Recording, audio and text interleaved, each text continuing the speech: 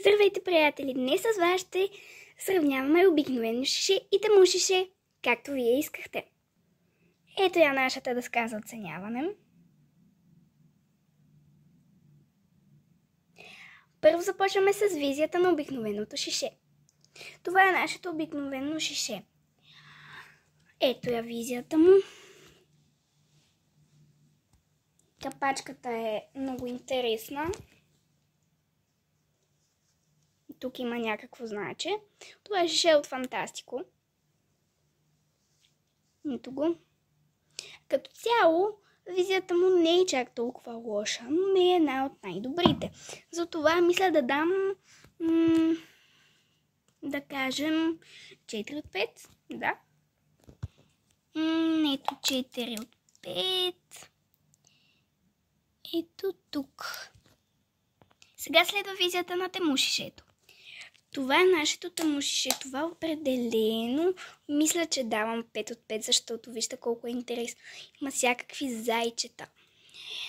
Има много зайчета, такъв приятен цвят, има дръжка. И според мен това е много хубаво шише. Тъмо мисля, че беше към 5 лева. Доста изгодна цена, след като и вместително, но ще стигнем по-нататък. Так. Мисля да дам 5 от 5. Да, определено. И давам 5 от 5. Добре. Следваме с вместимостта на обикновеното шише. Ами, ето го обикновеното ни шише. Вместимостта му е 500 мл. Според мен това е добре, доста. 500 мл. Да. Така че 5 от 5, защото нашата скала е, че петото е 500 мл, така че 5 от 5. Аз предпочитам по-малко, но така. Следва вместимостта на тему шишето. На тему шишето вместимостта му е 300 мл. Доста добре изглежда. И вместимостта му е 300 мл.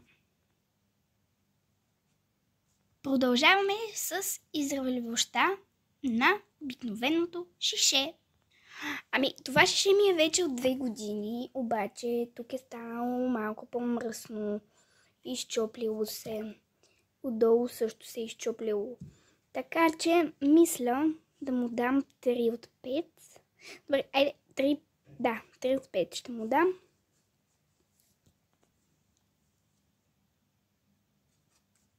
Продължаваме с издръжливостта на тему шишето.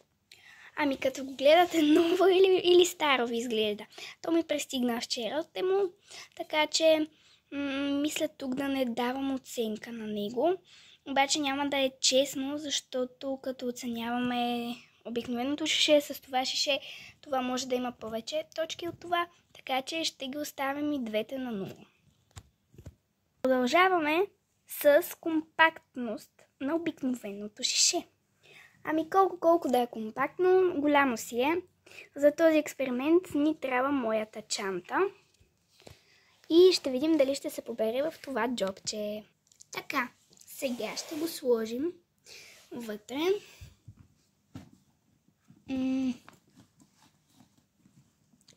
Естествено не е чак толкова лесно, но прибра се, даже остана и място. Така че мисля да му дам 5 от... Ами 4 от 5, защото е твърде голямо и тежи. В момента е пълно с вода. Мога дори да ви докажа. Ето. Така че си тежи шишето и му давам 4 от 5. А и да кажа, този е тънишко сравнение с тему шишето, но сега ще видим темото шишето. Издръжливо, компактност 4 от 5. Сега гледаме компактността на тему шишето. Ето го. Ами това шише на тему е малко по-широко от това шише. Ето сравнете ги. Тук да са еднакви, но това е по-широко, аз го виждам. Сега ще пробваме експеримента с чантата.